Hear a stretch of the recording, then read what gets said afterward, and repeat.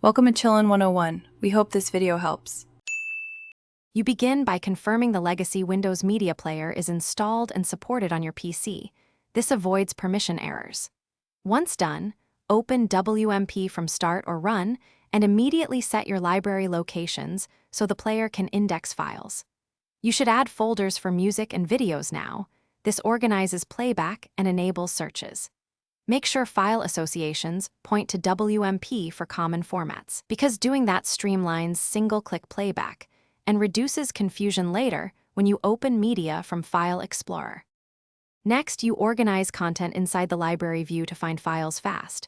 Sort by artist, album, or genre, and use the search box for instant results. Then create playlists by dragging tracks into the Now Playing panel and saving as WPL or M3U so you can reuse them. While playing, adjust playback options, enable crossfade for smooth transitions, open enhancements to tweak equalizer settings, and set repeat or shuffle. These steps improve sound continuity and give you predictable behavior during longer sessions. Finally, you handle advanced tasks. Rip CDs with chosen format and bitrate to maintain audio quality, or burn compilations by creating a burn list then writing to disk. Once done, configure streaming and device sync so portable gadgets play the same library. If something breaks, first clear and rebuild the WMP library database. That often fixes missing items or duplicates.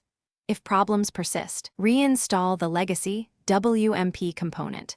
That resets corrupted files and restores default behavior so playback returns to normal. Thanks for watching. Consider subscribing if we helped you.